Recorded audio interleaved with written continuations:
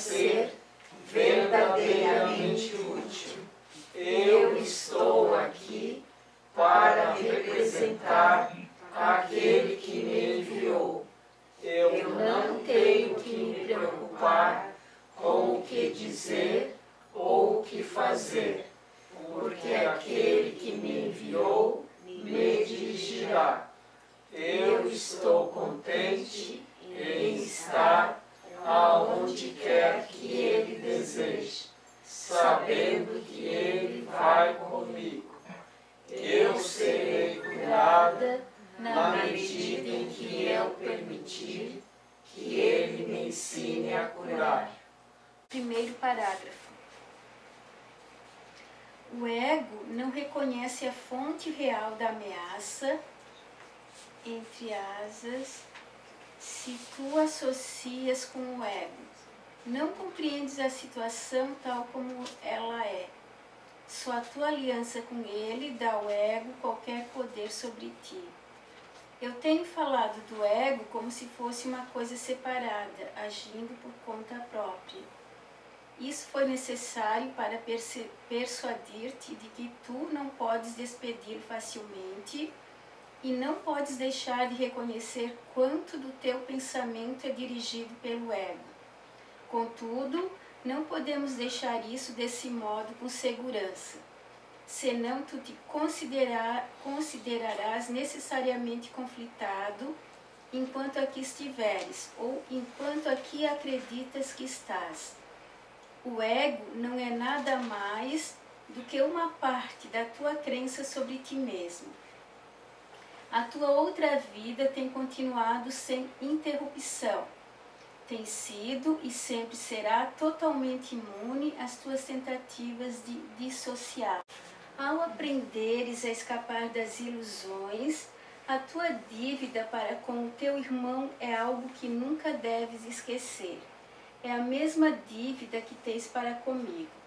Sempre que ages egoisticamente em relação a outra pessoa, estás jogando fora a cortesia do teu débito e a percepção santa que ela produziria. O termo santa, entre asas, pode ser usado aqui porque, à medida em que aprendes o quanto estás em débito com toda a filiação, que inclui a mim, chegas tão perto do conhecimento quanto a percepção pode chegar. A brecha é então tão pequena que o conhecimento pode facilmente fluir através dela e obliterá-la para sempre. Então, à medida que aprendes a escapar das ilusões, então o que ele diz aqui é que agora a gente tem um débito com o irmão. Tem que ajudar ele também. Mas quando tu ages egoisticamente, diz, eu não vou ajudar ninguém, eu não vou fazer nada, cada um que faça por si, né? Porque o que nós podemos ajudar? Na verdade, a gente não pode salvar o outro. A gente não pode mudar o outro. Mas a gente pode motivar o outro. Quando não de outra forma, pelo nosso exemplo, pelo nosso modelo. Mas se a gente não tem essa intenção de ajudar ninguém, à medida que ages egoisticamente, você deixa a cortesia, como está escrito ali. Cortesia do teu débito e a percepção santa que ela produziria. Que ela produziria. Por quê? Porque quando tu conseguiu já escapar das ilusões, então o débito a que ele se refere é agora que você conseguiu, estende a mão para o outro. Lembra da história do joga a cordinha? Quem chegar primeiro joga a cordinha? É isso. Então, à medida que nós vamos conseguindo, a gente tenta estender essa nossa cordinha para outras pessoas também. Então, isso é uma parte que às vezes nós achamos assim, mas como que eu vou fazer? Eu vou começar a falar para as outras pessoas assim? Jesus uma vez disse para os seus discípulos para eles não irem convencer aqueles que já tinham uma religião. Não é para buscar quem está na outra religião. Não é para... Aqueles que já têm, já têm. Ele dizia, pega as ovelhas perdidas. Então aqueles que não têm... Né? Ele também dizia para não jogar pérolas aos porcos. Então como é que a gente faz isso? Como é que a gente vai trabalhar com essa questão? Se eu tive aqui uma compreensão que me ajudou a desfazer algumas ilusões e algumas crenças equivocadas, então ele diz, para a gente não agir egoisticamente, tá? Porque com isso se perderia a cortesia e a percepção santa que esta cortesia produziria. Mas o que eu posso fazer? Como é que eu posso fazer para ajudar? Eu digo para as pessoas, eu não saio por aí falando do Curso em Milagres, mas não saio. Eu viajo com a Raquel, nós vamos para tantos lugares, né? Nós não chegamos lá e ficamos dizendo, olha, eu estudo Curso em Milagres, olha, eu estudo Curso em Milagres. Eu não saio do Curso em Milagres mostrando para todo mundo. Por quê? São as pérolas. Mas à medida que você vai desfazendo a ilusão, as pessoas vão vendo você. E elas vão te pedir. Mas elas não precisam pedir, ah, então, estou vendo que você é iluminado. Não, elas vão pedir qualquer coisa para você. Às vezes um pensamento, às vezes uma palavra, né? Não precisa se referir ao curso em milagres. Mas ao que você vai usar o que você aprendeu aqui. Então não precisa mostrar o livro para a pessoa. Mas você também pode. Olha, vou te indicar um livro. Tá? E pode indicar também, olha, tem um grupo de estudos que faz pela internet, então você pode fazer isso. Mas não para quem não quer. Então, como você sabe quem quer ou quem não quer? Veio bem a propósito isso. Disse que a coincidência não existe, né? A propósito, a gente mandou imprimir 5.000 desses livrinhos. Tá? Que alguém não pegou ainda o livrinho? Ainda não viu? Todos vocês já viram, né? Na semana passada. Então o que você pode fazer? Se você quiser, você pode pegar alguns, me dá aí 5 livrinhos que eu vou botar nas caixinhas de correspondência lá do meu condomínio. O que as pessoas vão fazer com isso, não importa. A gente vai semear a ideia. Como é um livrinho, de repente alguém lê. Tá? A gente colocou aqui nas caixas de correio do condomínio. Aí a gente foi pegar o elevador no dia seguinte, tinha uma no lixo. A Raquel passou, ouviu, recolheu. Tem gente que vai jogar no lixo? Tem. Cada livrinho custou R$1. Então tem 5.000 reais investidos nisso para distribuir. Tá? É o nosso investimento. Tá? Então, por quê? Porque nós acreditamos nisso. Então, quando a pessoa joga fora, não é problema meu. Alguns vão ler. Se desses 5.000, um ler e conseguir converter, eu não perdi a oportunidade dessa cortesia e da percepção. Ele fala percepção santa. Santa. Percepção? Percepção santa. Da percepção santa que isto pode produzir. Então, de alguma forma, tá, você pode estender isso. Eu achei essa forma. Tá? Então, eu estou fazendo isso. Até se alguém depois quiser uns para levar, tá? Se o Wagner quiser os livrinhos lá para distribuir, a gente manda pelo correio. Tá? Então, quem achar que consegue fazer, sem arrumar nenhum conflito para si mesmo, né? Que tem uma pessoa que me diz, Jorge, se eu vou distribuir isso no condomínio, aí todo mundo vai dizer, não sei o que, não sei o que, então não distribua. Se isso é conflitante para você, então não tem problema. Né? Você pode fazer de outra maneira, que não cause conflitos, da tua maneira, ou só com modelo, ou só às vezes orientando. Tá? À medida que você vai formando um modelo em você mesmo, esse modelo começa a ser visto por outras pessoas. Eu tenho uma história muito interessante, que estávamos, Raquel e eu, em Belo Horizonte, e nós estávamos andando lá onde tinha a padaria Três Corações, que agora fechou, que foi uma pena fechar aquilo lá, já estava lá não sei quantos, estava mais de quase um século lá, e era muito bom. Né? E a gente chegava lá, estava cheio de gente sempre, né? Era muito bom, eu gostava muito de ir lá. E ali tem uma ruazinha que era alguma coisa Albuquerque. E a gente estava caminhando por ali, entramos numa lojinha de produtos indianos, essas coisas que a gente tem aqui também. Né? E aí veio um homem nos atender, era no final da tarde. E ele estava de turbante. E aí ele falava o português com alguma dificuldade. Né? E aí a gente começou a olhar o que tinha na lojinha, e nos interessamos, e aquilo ali, começamos a ver, perguntamos o preço de algumas coisas. E aí ele olhou para mim e disse, posso lhe fazer uma pergunta? Ele falava o português com alguma dificuldade, elas estavam um pouquinho de inglês, ele era indiano, da região lá próxima do Shimla, ele era da região de Shimla, que é lá perto do Everest, naquela região. E aí, depois ele me contou isso, né? E aí eu digo, pode perguntar. Você já ouviu falar de um livro chamado A Course in Miracles?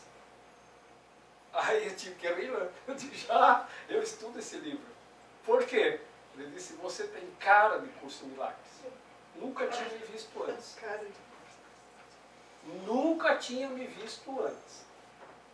E nem eu a ele. Né? E eu disse, por quê? Né? Ele disse, não, mas você é a pessoa, você tem cara de curso em milagres, por isso eu perguntei.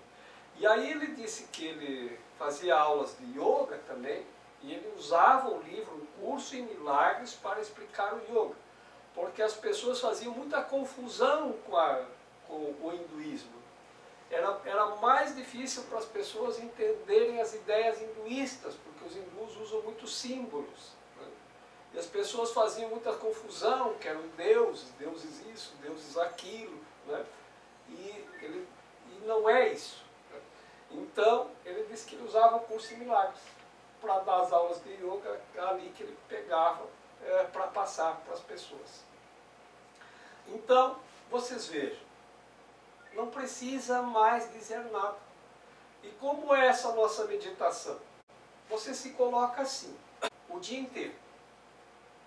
Você levanta, vamos supor, uma hora você está andando na cidade sem nada para fazer. Aí você diz, eu estou aqui só para ser verdadeiramente útil. E para representar aquele que me enviou. Pronto. Você se colocou à disposição. O que vem a seguir?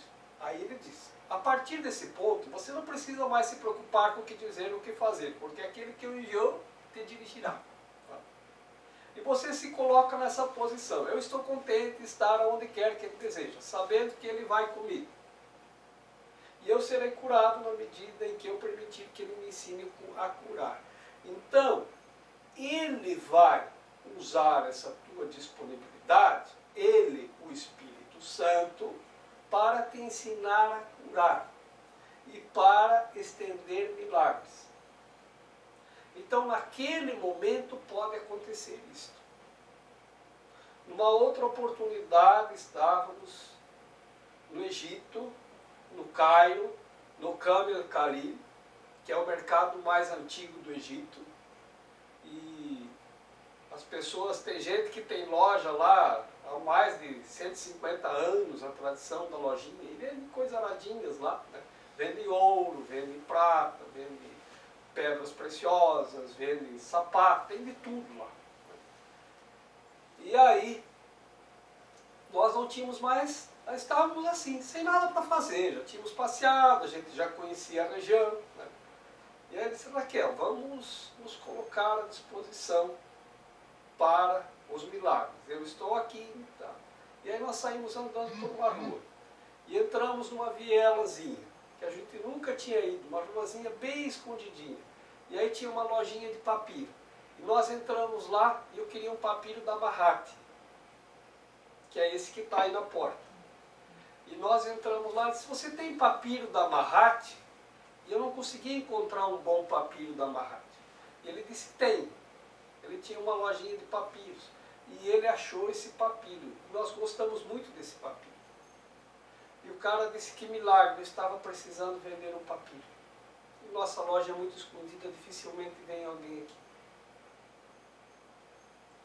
Então, quando a gente está disposto aos milagres, eles acontecem.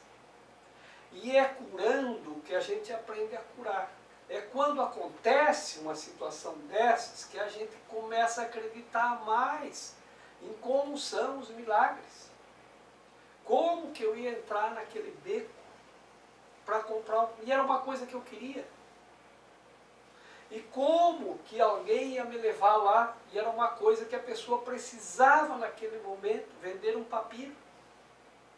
Porque ele estava sem dinheiro, ele precisava fazer uma venda. Então, vejam como o Espírito Santo encaminha para que os milagres aconteçam. Então, isso que ele diz ali, quando você aprendeu alguma coisa, não age mais egoisticamente. Estende. E à medida que você estender, e isso é a frase final, eu serei curado na medida em que eu permitir que ele me ensine a curar, a gente aprende a curar a nossa mente também. E o milagre acontece para todos que estão envolvidos. Então é como ele diz, é a oportunidade de uma percepção santa, de termos um encontro santo, de termos uma percepção santa, de encontrarmos a sanidade e a santidade na nossa mente, para compreendermos como isto funciona. Então são muitas possibilidades. A gente não deve, mas então tem que fazer isso? Não, você tem que liberar a tua mente. Mas não é que você não tenha que fazer as coisas no mundo, você tem que fazer também. Mas se coloque à disposição para estendermos isso que estamos aprendendo aqui. Por quê? Porque à medida que nós vamos aprendendo, dizendo, nós temos um débito com o irmão. Mas isso não é uma dívida que nós temos. É um débito, ele diz. Né? Ou se diz uma dívida, eu acho que não, ele diz um débito. Né? Que você lembra que quando você age com egoísmo, não acontece a percepção santa que poderia acontecer. Essa é a forma de você ajudar o teu irmão a também sair do medo, do sofrimento, da ilusão. Então essa é a ideia.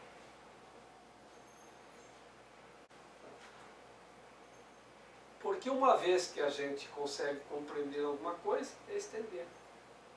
Em outras oportunidades também, já tem pessoas que se aproximam, puxa, você...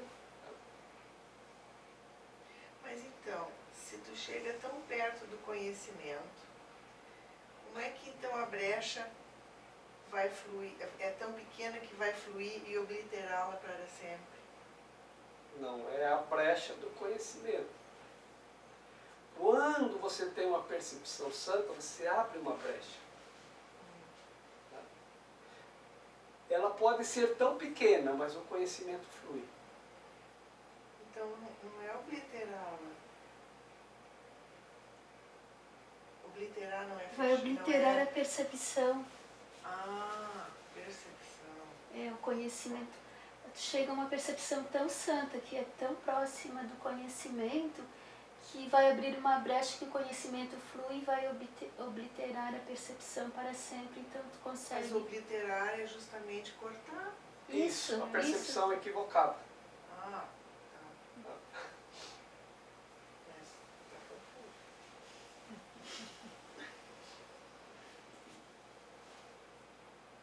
outro dia conheci uma pessoa, dizia, olha, eu sou meio doido, assim, eu falo com passarinho, com posta. Ah, eu também. Ah, então tá. E eu falo também. Você pode falar com as árvores, pode falar. São Francisco não falava. E dizem que as árvores respondiam. Elas respondem. Mas você tem que ouvir. Você tem que querer ouvir. Então você pode falar, porque Deus está manifesto em tudo o que existe. E os animais, os pássaros, eles têm uma mente também.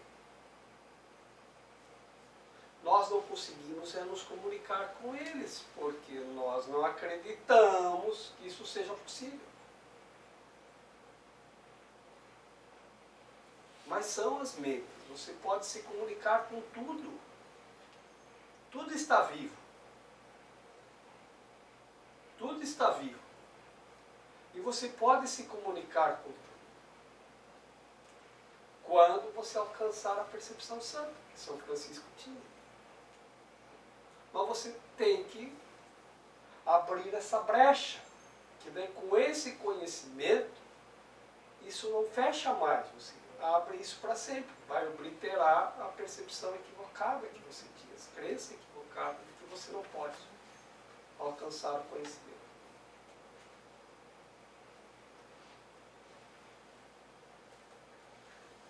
Então, a gente estava lá em Foz do Iguaçu, a gente foi no Parque das Aves. Aí uma grua coroada me viu, veio correndo na cerquinha para conversar comigo. E aí ela ficava me beijando, ela me beijava tanto, que ela até tirou fotos, né? Uhum. Eu dizia, Raquel, ela está me beijando, ela quer Jorge, ela pensa que tu é comida, ela quer comer, está com fome. Eu dizia, não, Raquel, ela está conversando comigo, é beijo. A gente brinca muito, né, Raquel? Mas é assim. Tá?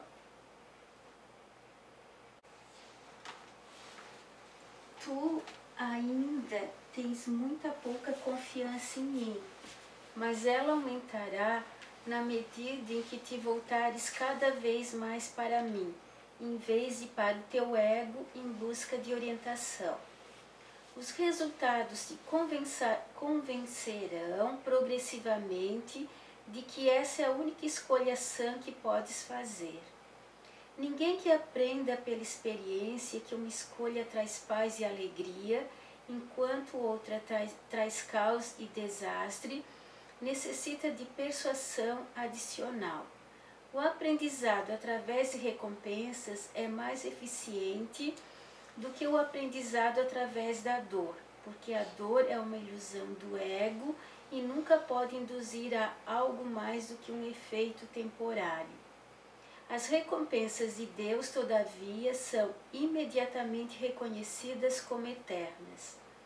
Como esse conhecimento é feito por ti e não pelo ego, o próprio reconhecimento estabelece que tu e o teu ego não podem ser idênticos. Tu podes acreditar que já aceitaste essa diferença, mas ainda não estás de modo algum convencido. O fato de acreditares que tens que escapar do ego demonstra isso, mas não podes escapar do ego humilhando-o, controlando-o ou punindo.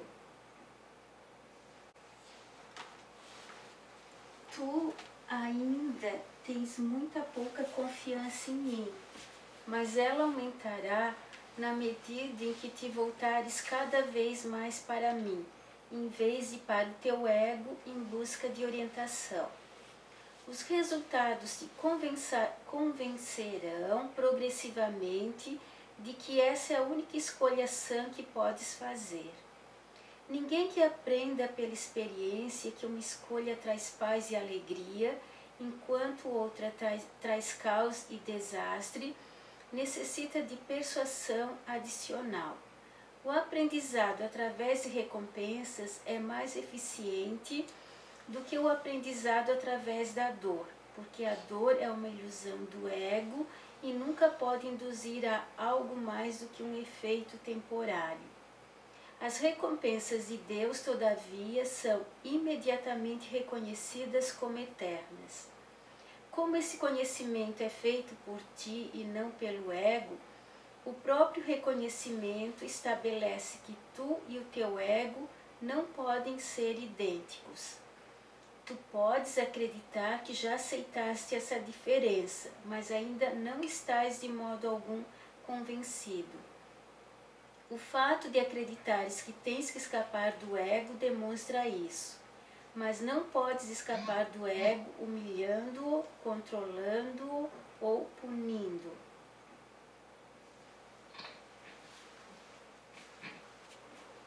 Porque humilhar, controlar e punir é uma atitude egóica.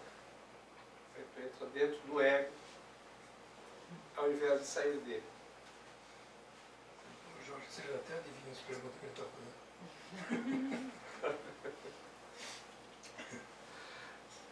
Porque você quer sair do ego, você tem que sair, não entrar nele. Simplesmente você tem que desfazer o ego, né? Sai fora. Isso é uma atitude egoística. Esse parágrafo, ele reforça que a gente não pode desistir, né? E tem que cada vez mais pedir, ir pela escolha de acreditar que o Espírito Santo vai estar ali sempre ajudando, e para isso a gente precisa fazer uso dessa ferramenta que é pedir mesmo, pedir, e assim ele mesmo está dizendo, ele vai mostrando, quanto mais você pede, mais você vê o resultado, e isso é uma coisa que vai fortalecendo essa relação, né? E cada vez mais ficando natural, que é o que a gente quer, que seja uma relação. Então, seria assim, ó, pedir e receberei. Né? Então, é pedir, e a gente recebe. E dar e receber é a mesma coisa. Então, também, no mesmo sentido, além de pedir e receber, quando recebes, né? Então ele diz, agora que você recebeu, você tem um débito com o teu irmão. Né? Então é dar. Então, como que é esse dar? Esse dar é se colocar à disposição. De vez em quando você para e diz, eu estou aqui, só para... Isso é se colocar à disposição. E e o resultado dessa experiência vai ser a recompensa disso vai ser tão grande que você não vai mais ter dúvida do que é bom, do que realmente vale. Então vamos experimentar, com certeza, e é isso, Camila. Então, a gente reconhecer o ego é um passo. Agora, como que a gente vai escapar do ego? É uma corrida. Sai correndo. Como assim? Eu estou brincando, porque você colocou assim, reconhecer o ego é um passo, vai escapar dele, é só correr. Agora corre. É como você está andando na floresta, você reconhece o leão, quando passa correr. Ele vai nos ensinando, tá? Nós vamos aprendendo. Tá? Todo esse livro, do começo ao fim, é um aprendizado para escapar dele. Certo. Porque ele é tão ardiloso que a gente, quando acha que escapou, ele voltou. É como a história do gato no saco da semana passada. Quando a gente acha que se livrou dele, a gente chega em casa e ele já está lá esperando. Porque o ego é assim, é toda atitude egoística que nós temos. Isso é o ego, a gente entra no ego. Então é entrar no ego e sair do ego. Então a gente vai treinando. Como eu faço para sair do ego? Então, quando eu me dou conta do ego, esse é o primeiro passo. O passo seguinte é tentar sair dele, porque eu me dei conta que eu entrei no ego. Então, quando eu entrei num conflito com outra pessoa, conflito é do humilhação é do ego. O que mais que a gente não pode fazer? Punir, humilhar. Controlar. Ou controlar, tentar controlar a outra pessoa, né? Isso também é do ego. Então, por isso que ele diz, você não pode punir, não pode controlar e não pode humilhar. Tá? Porque quando você está numa atitude dessas, você está dentro do ego, você não escapou dele, você entrou nele. Então, quando a gente se vê numa situação dessas, sai. E aí tem aquela oração que nós já estamos fazendo há algumas semanas, né? Que diz, tu é o reino do céu. O reino é perfeitamente unido e perfeitamente protegido para sempre, e sobre ele o ego não prevalecerá. Amém. Então, sempre que você se der conta do ego e não sabe como fazer, diz esta oração. Ela está em forma de oração porque ela é uma forma de escapar do ego quando a gente se dá conta que a gente está entrando nele. Daí a gente volta para o Espírito. Então essa oração ela é fantástica porque ela muda a nossa mente de posição. Muda do ego para o rei. Então, para a gente não entrar no ego, então a gente tem que estar sempre pensando coisas, é onde você coloca a tua mente, né? Se tu coloca a tua mente em coisas egoísticas, você entrou no ego. Se você coloca em coisas espirituais, você vai para o Espírito. Então, por isso que tem gente que fica, monges, né, que ficam o tempo inteiro lá com o livro sagrado deles, rezando, lendo o livro sem parar. Por isso que tem pessoas que ficam com o terço da Igreja Católica, lá, Ave Maria, Ave Maria, Ave Maria, vai na fila do banco, às vezes tu encontra alguém que está lá, com o terço lá na mão, rezando, para chegar lá no caixa e ter o dinheiro, né? Mas é um bom lugar. Então isso tem em muitas instituições religiosas, tem o que nós chamamos de rosário, com diferentes nomes, Tasbi, Japamala, e dentro de cada religião eles utilizam aquilo para quê? Para manter a mente na oração. Porque se você desocupa a mente, o ego pega. Você cai para o ego. Então tu tem que manter a mente num tom mais elevado. O tempo inteiro. Então é um treinamento.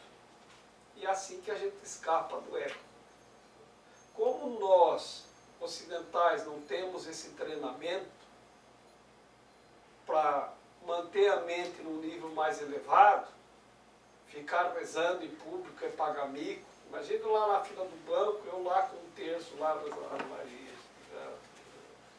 Um pouco alguém vai perguntar, moço, para com isso. Está me incomodando. A gente tem vergonha. Então a gente criou uma vergonha de Deus. Então é claro que a nossa mente vai ficar em tudo que é bobagem, menos com a mente mais elevada no nível do Espírito. Mas todo esse livro é todo um treinamento, é todo um aprendizado. Passo a passo, devagarinho, nós vamos chegar lá. E à medida que nós vamos alcançando, sempre que a gente se reúne aqui, a gente sobe um grau. Alguma coisa a gente alcança. E esse alguma coisa, depois, nós podemos estender de alguma forma para as outras pessoas. Sempre que tiver que acontecer uma oportunidade. Mas vejam como eu disse, não vão se tornar inconvenientes. Não é para jogar pérolas aos porcos. Não é para pegar, peraí, que tem um livro aqui, a pessoa não quer isso. Aí ela vai receber aquilo como ataque, vai te atacar. Não é dessa forma, né, que a gente vai. Mas um dia pode ser que seja. Mas como diz a nossa meditação, você não tem que se preocupar. Só se coloca à disposição quando você tiver disposição para isso. E aí você aprende a curar a mente da prisão que o ego impõe. O aprendizado através de recompensas é mais eficiente do que o aprendizado através da dor. Porque a dor é uma ilusão do ego e nunca pode induzir a algo mais do que um efeito temporário. Então, As o aprendizado... recompensas de Deus da outra vida são imediatamente reconhecidas como eternas. Então é assim, vejam esse exemplo que eu dei lá do moço do papiro. Então, a recompensa que eu tive por me colocar à disposição, ela foi imediatamente reconhecida como eterna. Isso é para sempre. Isso não há como tirar da minha mente, não há como apagar, não há como anular. Não há nada. Essa recompensa que nós recebemos lá, essa graça de compreendermos isto, isso nunca vai terminar. Isso está em nós para sempre. É a mesma coisa que gratidão? É muito mais. É uma percepção santa. É muito mais do que uma gratidão. Isso transcende, mas vai nesse caminho, né? Porque você sente gratidão pela recompensa que você recebeu. E ela é imediata.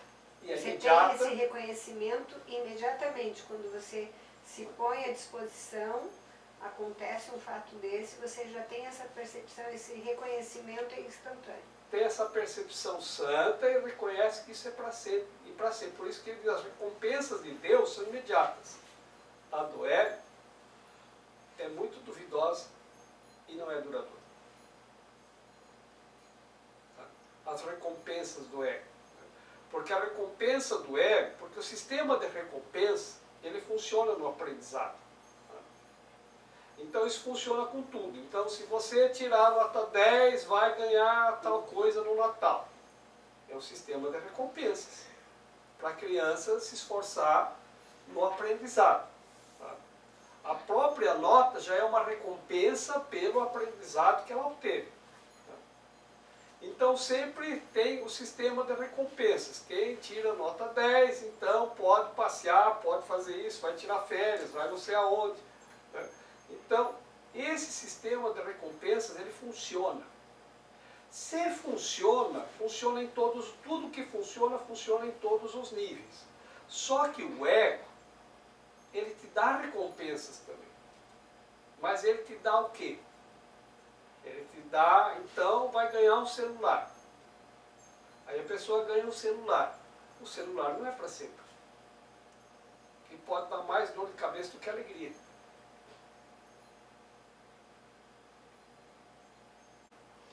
As recompensas de Deus da outra vida são imediatamente reconhecidas como eternas.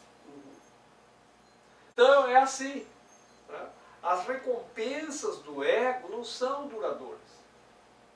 Então ele diz, quem uma vez experimentou recompensas de Deus, se dá conta disso. Então ele não pode nos dar algo que nós não alcançamos, mas ele ensina como alcançar. Então ele diz, experimenta isso. Então podemos experimentar. Isso vai depender de nós realmente colocarmos nossa mente, nos colocarmos à disposição. E não querermos controlar a situação, punir ou controlar, punir ou humilhar. Então, por exemplo, se eu vou pegar um livrinho e vou ali na rua para dar para alguém, né? Então eu vou pegar esse livrinho e vou tentar controlar. Não, eu vou dar esse livrinho para aquela pessoa. Você tentar controlar. Tá? E aí não dá certo. Ah, você não gostou do livrinho, você jogou no lixo, pois você vai ver só. Agora você vai, e aí você dá o castigo, a punição. Ou humilha a pessoa. Deus dá a oportunidade e a pessoa joga no lixo. É pouca inteligência. Então você vai humilhar a pessoa que ele jogou o teu livrinho no lixo. Não. Então o que você faz? Você não pode punir, nem humilhar, nem controlar. Porque isso é do ego. Então não vai, tu não colocou a tua mente à disposição do espírito. Tu nem saiu do ego. Tá? Então não controle mais nada. Então você coloca-se à disposição. Vamos ver a palavra dispor. O que significa dispor? O contrário de pôr, ou impor. Então eu vou impor a minha crença. Então eu vou chegar lá e vou dizer, olha, você tem que ler esse livrinho aqui, porque esse livrinho é muito bom, porque ele vai te salvar, porque se tu ler ele tu vai para o céu. Não, isso é imposição. Então o que você tem que colocar? Disposição. Tira a tua posição. Porque a nossa posição é egóica. Você retira. Coloque-se à disposição do Espírito. E aí, no momento que você se colocar à disposição, pode dizer essa nossa meditação, eu estou aqui só para ser verdadeiramente útil. Para mais nada. Então, para quem que eu posso ser verdadeiramente útil? E aí não precisa mais se preocupar de dizer o que fazer. Ele vai te dirigir.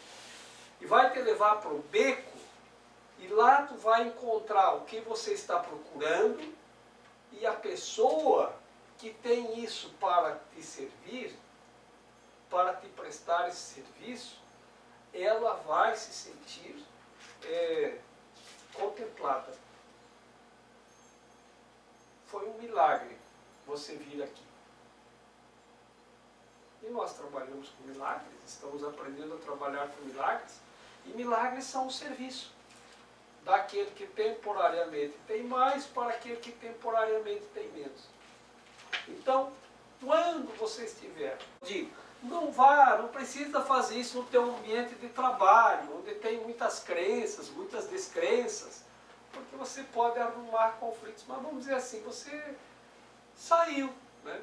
Você está lá numa cascata no final de semana, e aí você olha para aquilo, meu Deus, como tudo é maravilhoso.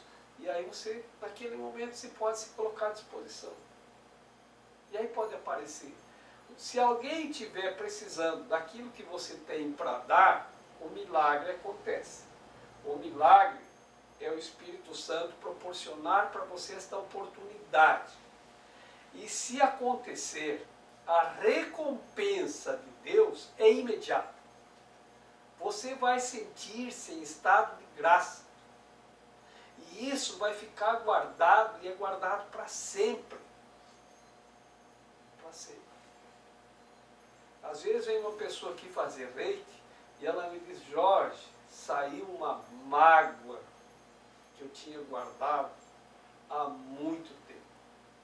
Sai. Isso sai. Mas eu não consigo tirar um estado de graça que está guardado lá. Não tem como. Então, as coisas do ego, tudo que é do mundo, do ego, é temporário. Mas o que vem de Deus é para sempre. E você se dá conta disso. A alegria é para sempre. A alegria é para sempre. E isso não há quem te tire. Não há, eles podem tirar tudo que você tem. Mas a tua alegria, ninguém consegue tirar. O teu estado de graça, ninguém consegue tirar. O que está na tua mente, a tua santidade, a tua sanidade, ninguém consegue tirar. A menos que você, quando alguém levar alguma coisa tua material, você entregue a tua alegria junto. Leva a minha alegria junto, nunca mais vou ser feliz, que eu não vou ter mais essa coisa. Vai ser Deus. Mas a pessoa não consegue tirar. Ninguém tira de você. Mas aí você acha que perdeu a alegria. Mas a alegria não dá para perder, ela fica guardada. Você apenas acreditou que tua alegria foi embora com alguma coisa, que se quebrou. Não vai. Apenas você trocou ela por algum outro sentimento, de tristeza, de raiva, de angústia, porque alguma coisa, um objeto se quebrou. Tá? Mas isso vai vir e vai encobrir a tua alegria. E tu pensa que a tua alegria foi embora, porque ela não está mais presente. É porque esse outro sentimento de dor e sofrimento se sobrepôs. Quando você tirar esse sentimento de dor e sofrimento de si, você vai ver que a alegria sempre esteve lá, que ela nunca foi embora. São sentimentos sobrepostos. Então, vamos nos permitir esta experiência. Assim como essa semana nós passamos fazendo o para quê, para encontrarmos o nosso propósito. Porque o para quê, ele vai fazendo uma seleção entre o joio e o trigo. E quando você vê o que é joio, você não escolhe o joio. Não há ninguém que vai escolher o joio ao invés do trigo. Então quando você vai para quê, para quê, para quê, para quê, você vai encontrar o ouro. Você vai encontrar o tesouro. E aí você não quer mais o joio. Então você diz, o meu propósito é esse. Então nós podemos firmar o propósito. Eu quero experimentar, alcançar esta recompensa. Porque eu quero saber como isto é. Já que falou aqui, que é maravilhoso, que é fantástico, eu quero saber como é. Eu não posso dar isso a você. Só você pode. Eu só posso motivar você a alcançar esse estado. Então, experimentem, sintam-se motivados. Lembrem em algum momento de se colocarem a essa disposição. De colocarem disponíveis para o Espírito e para viverem essa experiência. E aí vai acontecer. Se não aconteceu, é porque você ainda não acredita muito nisso. Mas não importa. À medida que você for tentando, você vai fortalecendo até que aconteça. Quem vai buscar diamantes não encontra no primeiro dia. Mas você não pode desistir. Lembra do esforço consistente e consciente? Vamos fazer. Um esforço consciente e consistente. Para manter isto na consciência. Ah, é mesmo, eu queria dedicar um momento para ver se eu consigo alcançar essa experiência e de alcançar essa recompensa de Deus. A gente coloca na agenda tanta coisa que a gente quer. E aí quando a gente está andando na rua, lembra que eu queria comprar um sapato? E aí você, é mesmo, vamos ali procurar uma loja de sapato. Lembra que eu tenho que comprar um caderno? Lembra que eu tenho que ir em tal lugar? Porque a pessoa torna isso consciente.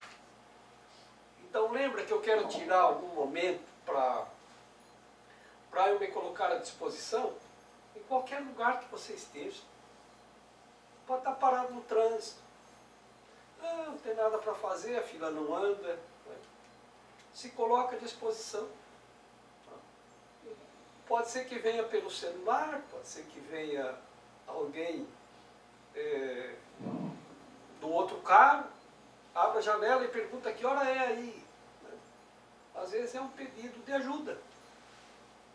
Que a pessoa às vezes está triste, está precisando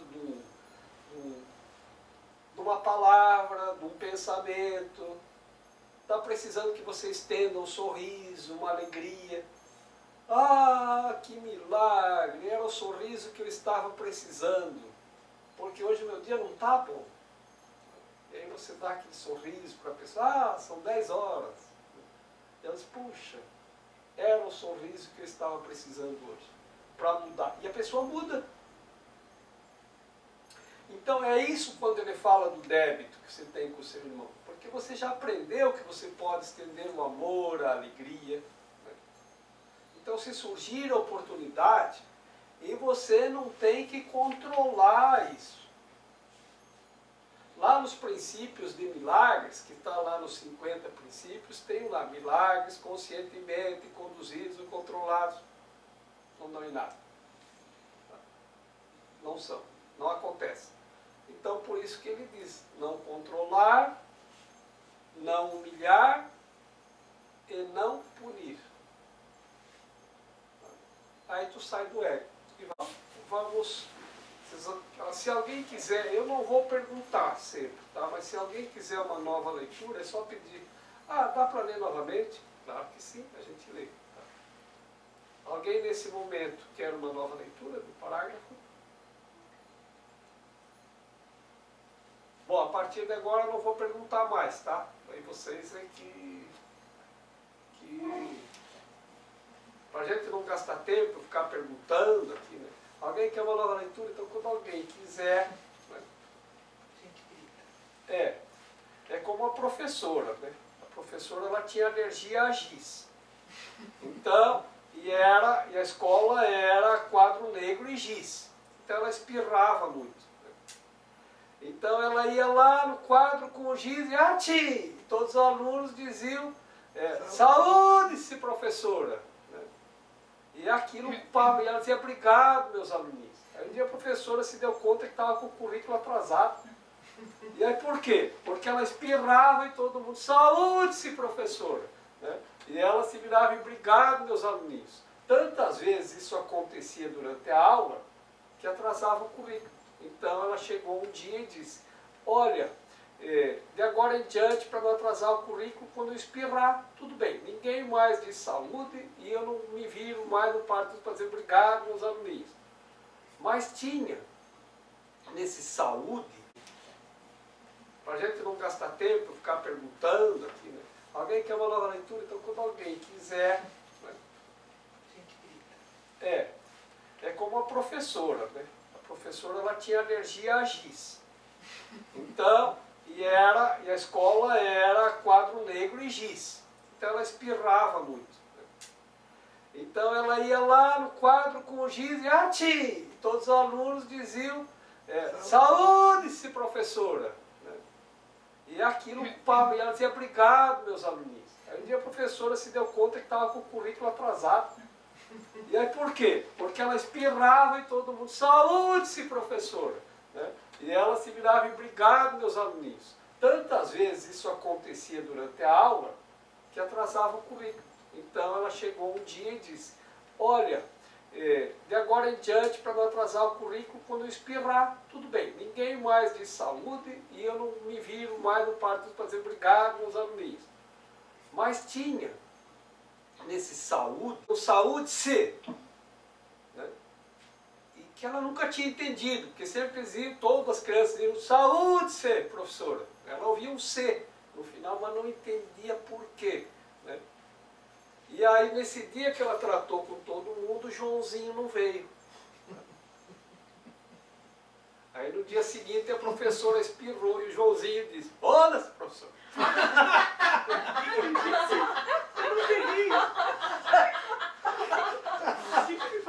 Foda-se, professora.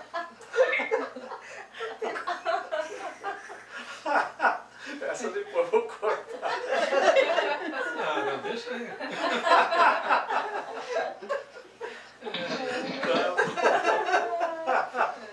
Que ela nunca entendia aquele C depois de saúde. Saúde? Ela ouvia todo mundo terminava dizendo saúde e ela ouvia um C.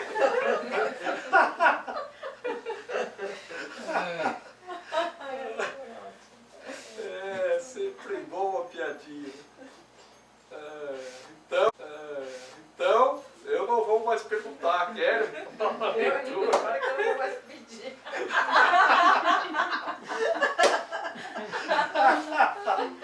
Então, saúde.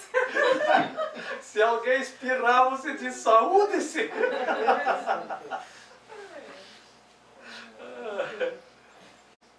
Próximo.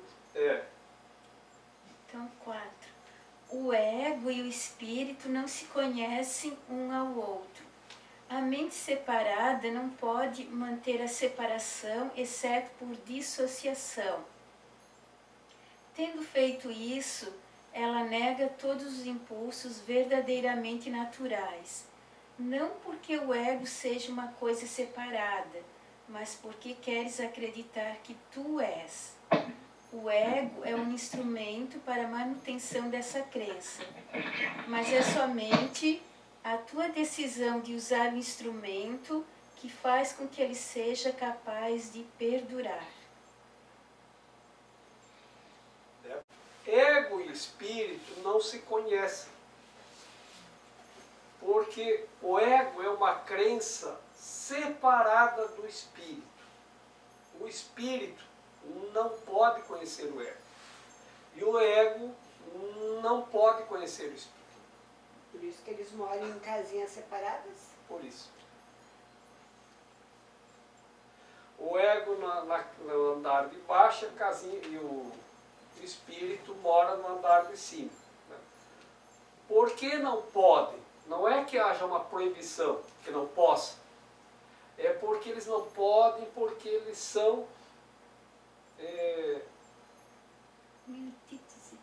de outra natureza. E na verdade quem criou o ego é uma coisa intermediária, é a mente. É. Essa terceira figura aí, né? Uhum. Então, como eles são de natureza diferente, eles não se conhecem.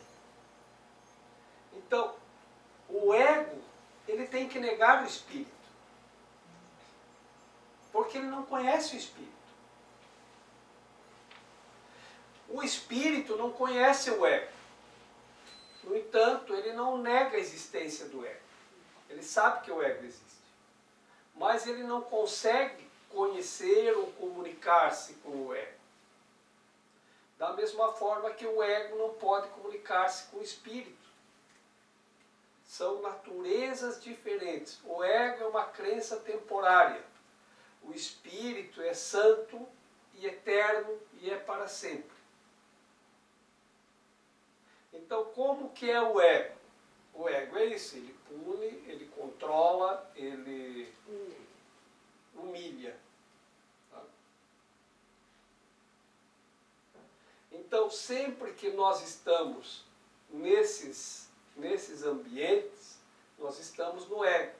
Não pode estar no espírito. Então, quando já Jesus disse, você não pode servir a dois senhores ao mesmo tempo, ele se referia a isto.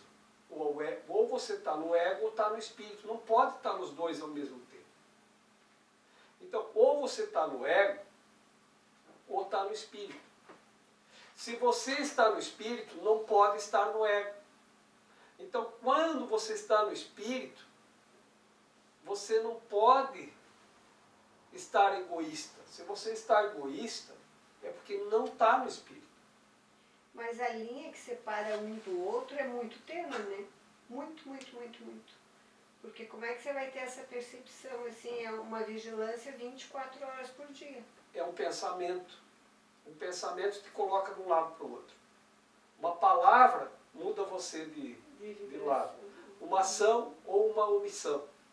Por isso que quando se diz que a gente peca por pensamentos, palavras, ações ou omissões, está se referindo a isso. Quando você se omite, quando você comete uma ação egóica, ou se omite por ego, eu não vou, tá? Eu vou porque aí eu vou ter que fazer isso para o outro, né? Então eu não vou. Né? Ou quando você age com egoísmo, não, isso aqui eu vou guardar só para mim, ou uma palavra, ou um pensamento, já te coloca de um lado para o outro. Por isso esse vigiar e orar, ele é válido. Então vigiai a tua mente, porque a mente é que vai para um lado para o outro. Então se você vê que a mente quer controlar o outro, então o que você faz? Ora. E quando você cometeu, o que você faz? Você pede perdão? É. Que difícil.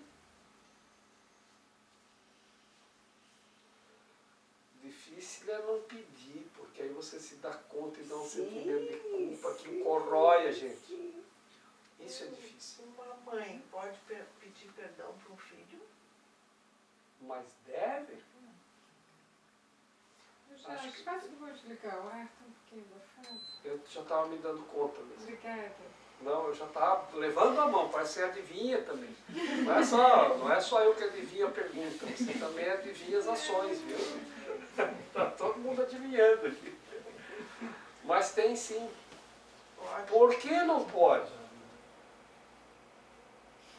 Porque o perdão, ele dissolve conflitos.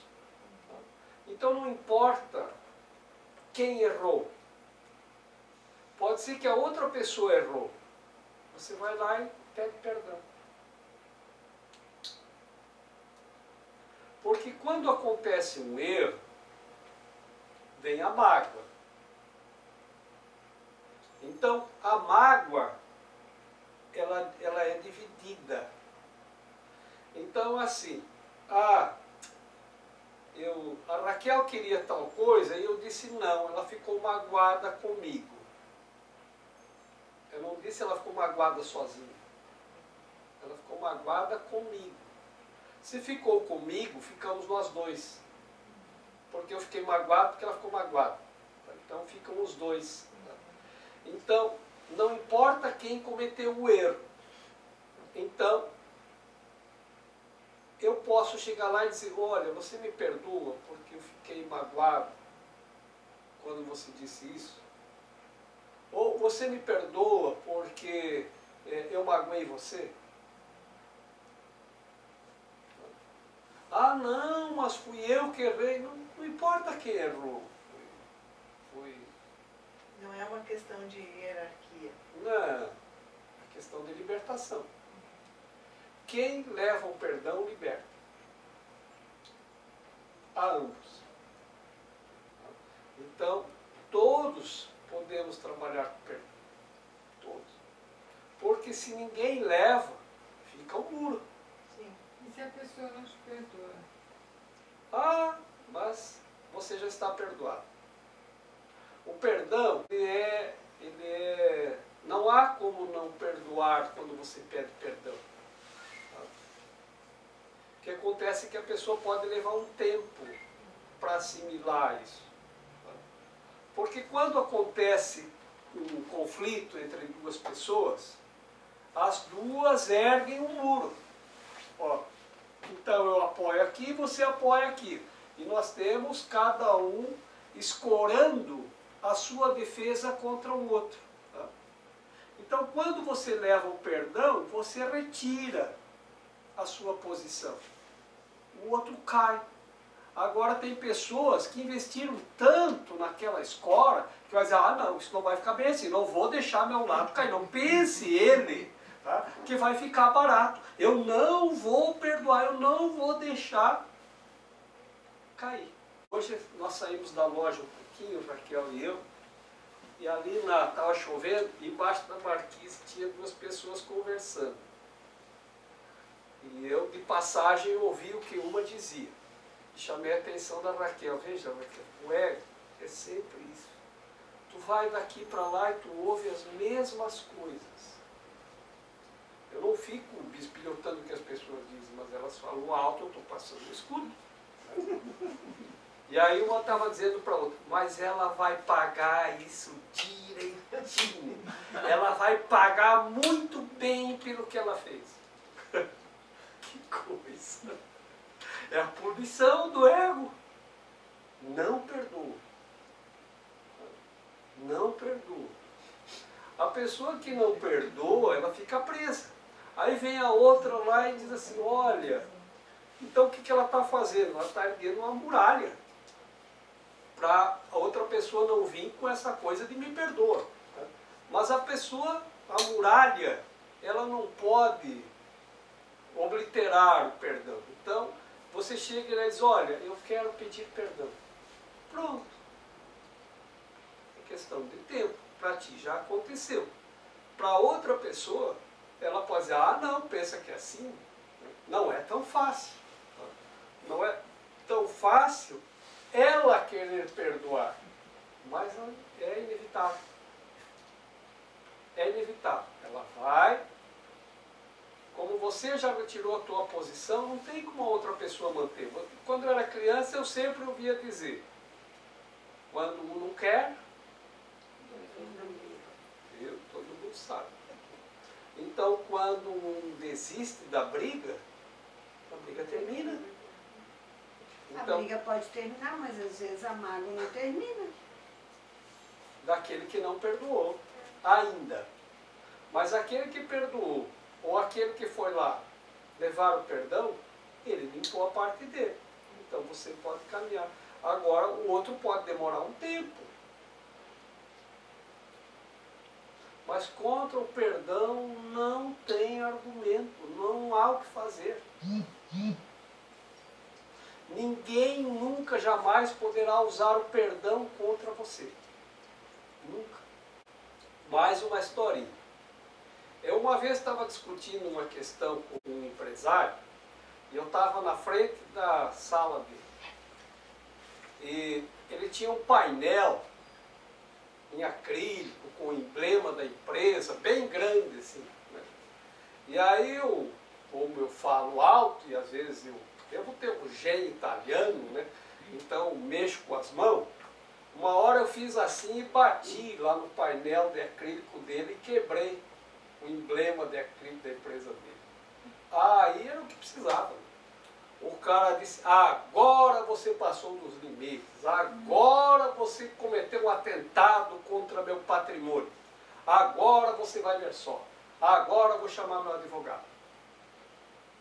E aí ele entrou para dentro da sala dele, eu entrei até a recepção e disse, chama ele lá, disse para a moça, que eu quero falar com ele. Aí ela ligou e disse, não, ele não quer falar contigo, o advogado está vindo aí.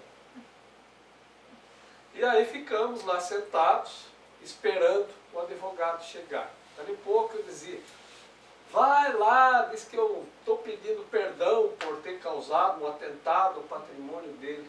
E para o chefe dele, olha, o Jorge quer falar contigo. Não tem conversa, ele não quer falar com o senhor. Todos os funcionários já estavam ali vivendo aquela tensão. Aí eu disse, olha, liga lá para ele, disse para a secretária, porque ele foi lá para o escritório dele, lá dentro da empresa dele, disse, liga lá para ele, disse que eu estou pedindo perdão e que eu vou pagar o dano que eu causei para ele. Não vou deixar assim. Aí ela ligou. Não, aí ela foi lá. Tá, eu vou lá. Aí ela voltou a dizer, ele pediu então que você manifeste isso por escrito e põe a data e assina. Mas é claro, estou pedindo perdão por ter danificado o seu patrimônio, estou pedindo perdão por qualquer dano moral, blá, blá, blá, blá, blá, blá, data e assina. E me comprometo a pagar o patrimônio. Aí chegou o advogado. Aí quando chegou o advogado foi lá falar com ele, né? E aí veio falar comigo. E o cara daí estava assim, achando que agora ele me pegou, porque eu admiti que eu tinha quebrado o patrimônio. Aquilo era uma confissão, né? Mas o advogado pegou o papel e disse assim, olha, você já pediu perdão e confessou e disse que ia pagar, não tem mais nada a fazer, se está liberado, não tem o que fazer. Não dá para eu entrar na justiça contra você, contra um pedido de perdão. Vou entrar na justiça porque o cara danificou uma coisa, pediu perdão por escrito e disse que ia pagar o dano. Não tem como eu fazer o processo. Né? Tá bom. Aí eu sei que chamaram o cara lá para consertar, e o cara consertou, o cara do acrílico, depois ele veio lá me cobrar. Né? Mas todo mundo, os funcionários do cara, todos já conheciam a história. E aí o cara lá disse assim, que coisa, veio me cobrar, eu não conhecia ele, né? Disse, que coisa, né, seu Jorge? Né? O senhor pediu perdão, disse que ia pagar, né? Que coisa fantástica, né? E nem foi nada, foi uma coisinha de nada, o cara disse, o cara consertou aquilo. Pois é onde a gente se pega. Né? Então, acabou. Ele pode ficar lá pulando se ele quiser, mas acabou aí. Tá? Ninguém nunca pode usar o perdão contra você, mas pode usar a ausência do perdão. Mas o perdão não. Então, como ele não pode usar o perdão contra você, mas sim a ausência do perdão, se você levar o perdão, acabou, ele não tem mais o que fazer contra você. Não tem. Não tem nada que a pessoa possa fazer. Acabou todo o argumento. Então, pode ser que ele fique pulando lá ainda um tempo, resistindo, mas eu não vou perdoar, mas isso não fica assim, mas não tem mais o que fazer. A briga acabou. A briga.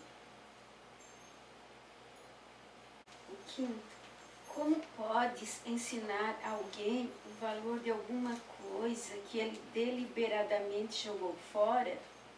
Com toda certeza ele a jogou fora porque não a valorizava. Podes apenas mostrar-lhe como ele é miserável sem ela e lentamente aproximá-lo dela, de forma que possa aprender como a sua miséria diminui à medida que ela se aproxima.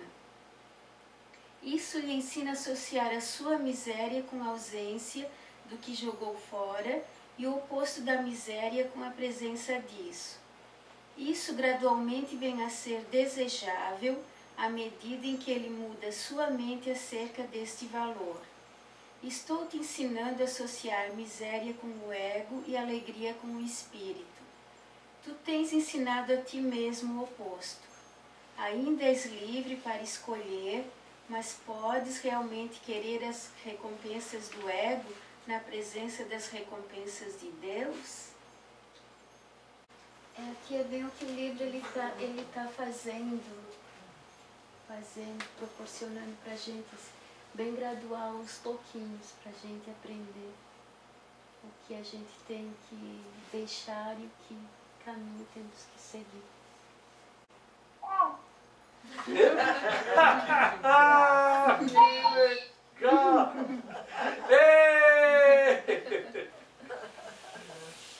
Sim. Ele diz que nós temos sempre feito ao contrário. Sim. Né? Nós temos associado alegria com o ego e miséria com o espírito. Né? Então, o que a pessoa tem que fazer para ir para o céu mesmo? Pobre, miserável, né? Tem que ser um mártir, tem que sofrer. Isso é a miséria. Isso é o ego que exige isso, não é o espírito. O espírito é o espírito da alegria. E nós colocamos a alegria no ego. Então, uma vez na estrada virou um caminhão de lata de azeite e estava lá as latas rolando na pista. Foi a alegria do povo. Associamos alegria com o ego. Aconteceu um acidente e tem lata de azeite para quem quiser pegar. Todo mundo começou a botar lata de azeite para dentro do carro. O cara não podia fazer nada, o caminhoneiro. Estava lá machucado, em estado de choque, né? E a turma carregando a carga. Na maior festa. Isso é a alegria. Né? Isso é a alegria. É como a funerária Santa Maria, sua morte é a nossa alegria. Que horror.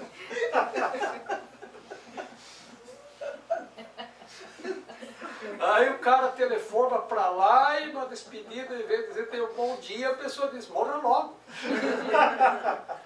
Hoje eu vi um carro plotado dizendo, faça o seguro morte familiar. Eu digo, ui, que coisa trágica, né? E a família pode morrer tudo junto ao mesmo tempo. O seguro fica para quem? Para quem vendeu. Não, mas era para enterrar. Era de cemitério. Ah, tá. Então, vocês vejam como a gente pensa, como é a alegria do ego, né? A miséria, a desgraça, isso a gente associa com a alegria, né? Não a felicidade. Não a felicidade. Então a gente inverte tudo. Então o que acontece? É difícil você ensinar para uma pessoa a respeito da alegria que é do Espírito, se ela jogou isso fora porque trocou tudo, inverteu tudo e deixou de acreditar na alegria no Espírito. Então não adianta, não tem como você fazer isso. Então o que você faz? A pessoa está na miséria. O que é a miséria? Sem alegria nenhuma, nesse sentido que está usando a palavra. Não tem nada, não tem alegria, não tem motivação, não tem contentamento, não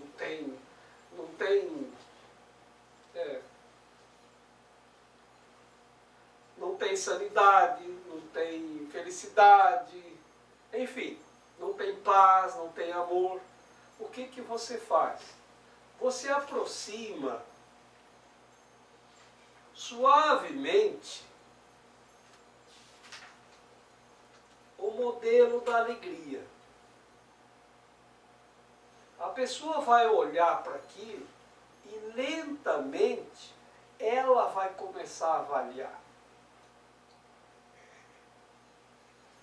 se aquilo que ela jogou fora ela quer de volta ou se ela quer ficar no estado em que ela se encontra. Então é por analogia. Então esse livrinho aqui tem uma historinha, uma lição de fazer as coisas com amor, porque o amor é para sempre. Então, quando uma pessoa pega esse livrinho e lê, ela pode pegar na caixinha de correspondência, pode pegar no balcão de uma loja. Aonde você deixar, olha, eu li um livrinho desse aqui, achei interessante, estou repassando para alguém que quiser aqui. Diz que está repassando, deixa, né? E gostei da história, né? E se a pessoa lê isso, e ela está nesse estado do ego, dessa miséria do ego, né? E ela lê isso, de repente, ela diz, puxa vida, eu queria fazer assim, fazer as coisas com amor. Então, o que ela se deu conta? Que aquilo que ela jogou fora, que ela fazia as coisas de qualquer jeito, ela já não quer mais. Ela quer voltar para o estado do amoroso, de fazer tudo com amor. E aí, como foi você que levou isso para a pessoa, eu estou usando esse exemplo porque é isso que está na minha mão aqui agora. Tá? Mas pode ser qualquer coisa. Por isso que nós não temos que controlar, né? Apenas se colocar à disposição. A partir daí, né, não precisa mais dizer, nem se preocupar com o que dizer ou o que fazer. Ele te dirigirá. Mas eu estou usando isso como exemplo, né, e quando essa pessoa mudar de direção, você vai saber, porque você vai sentir a alegria. A recompensa de Deus vem de imediato. E você vai reconhecê-la como sendo uma recompensa de Deus e vai saber que aquilo é eterno, que é para sempre. Eu tenho dito aqui que a alegria é para sempre. Que quando você ganha um presente, lembre de quando você ganhou um presente na tua infância, de uma coisa que você queria, a alegria que você sentiu. Agora, tente lembrar o que aconteceu com esse objeto. O objeto não tem mais. Mas a alegria, quando você lembra desse momento, ela está lá contigo. Então a alegria é para sempre. A propósito. A minha confiança em ti é maior do que a tua em mim no momento. Mas não será sempre assim. A tua missão é muito simples. Tu estás sendo solicitado a viver de tal forma que demonstre que tu não és um ego e que eu não escolho os canais de Deus de modo errado. Aquele que é santo compartilha a minha confiança e aceita as minhas decisões no que diz respeito à expiação, porque a minha vontade nunca está em desacordo com a sua. Eu já disse antes que estou encarregado da expiação. Isso é assim somente porque completei a minha parte nela como homem e posso agora completá-la através de outros. Os canais por mim escolhidos não podem falhar, porque a eles emprestarei a minha força enquanto as suas forem insuficientes. Nossa, que a gente sempre entra naquela questão, né? Ah, quem escreveu esse livro? Ah, será que foi Jesus? Aí eu vi aqui que ele colocou isso mais forte, né? Ele colocou assim, isso é assim somente porque completei a minha parte nela como homem e posso agora completá-la através dos outros. Então, eu não lembro ter lido isso em algum outro momento, sabe? Porque a gente fica assim, quem escreveu esse livro? Ah, de onde veio? Ah, então já fica mais forte isso. E outra coisa que me chamou a atenção, que ele fala assim, ó, que eu emprestarei a minha força enquanto as suas forem suficientes. Então isso, essa parte do final foi bastante forte para mim, porque ele colocou a gente em igualdade com ele. Igualdade de tudo, porque ele disse assim, eu vou emprestar a minha por enquanto, né, enquanto as suas forem insuficientes. Então ele coloca aqui dizendo que vai chegar um momento em que a gente vai estar igual, assim, que a gente vai tomar esse papel. Por enquanto, tá com ele, mas daqui a pouco vai ser com a gente. Então me chamou bastante atenção esse parágrafo dos passos. Somos todos iguais, né? Pode ser que um compreendeu menos e o outro mais, mas isso é temporário, né? Então aquele que compreendeu mais ajuda quem nesta questão, nesse momento, compreendeu menos. Então a gente não tem essa preocupação de colocar dúvida e assim. O que ele diz para nós? Que ele fez esse trabalho que nós estamos fazendo, ele já fez como homem e concluiu. Agora ele está ajudando a gente. Sabe aquele débito que a gente falou antes? Então ele está, como ele conseguiu alcançar isso, ele se sente nesse débito de ajudar todos os outros irmãos e nos coloca como iguais, como muito bem foi lembrado, né? Então ele diz, aquele que é santo compartilha. Quem é aquele que é santo? Meu Pai. O próprio Deus. Deus. E quando ele diz a sua, ali em letra maiúscula, está se referindo a Deus, a sua vontade. A minha vontade não está em desacordo com a sua, né? E a minha confiança que eu estendo a você está em acordo com a sua. Então, por quê? Porque ele diz assim, você ainda não confia em mim, o tanto quanto eu confio em você. E a minha confiança está nivelada com a sua. Então, Deus confia em você. Embora você não confie, ou confia muito pouco, Ele confia. E Ele faz a ponte entre aquele que é santo e nós.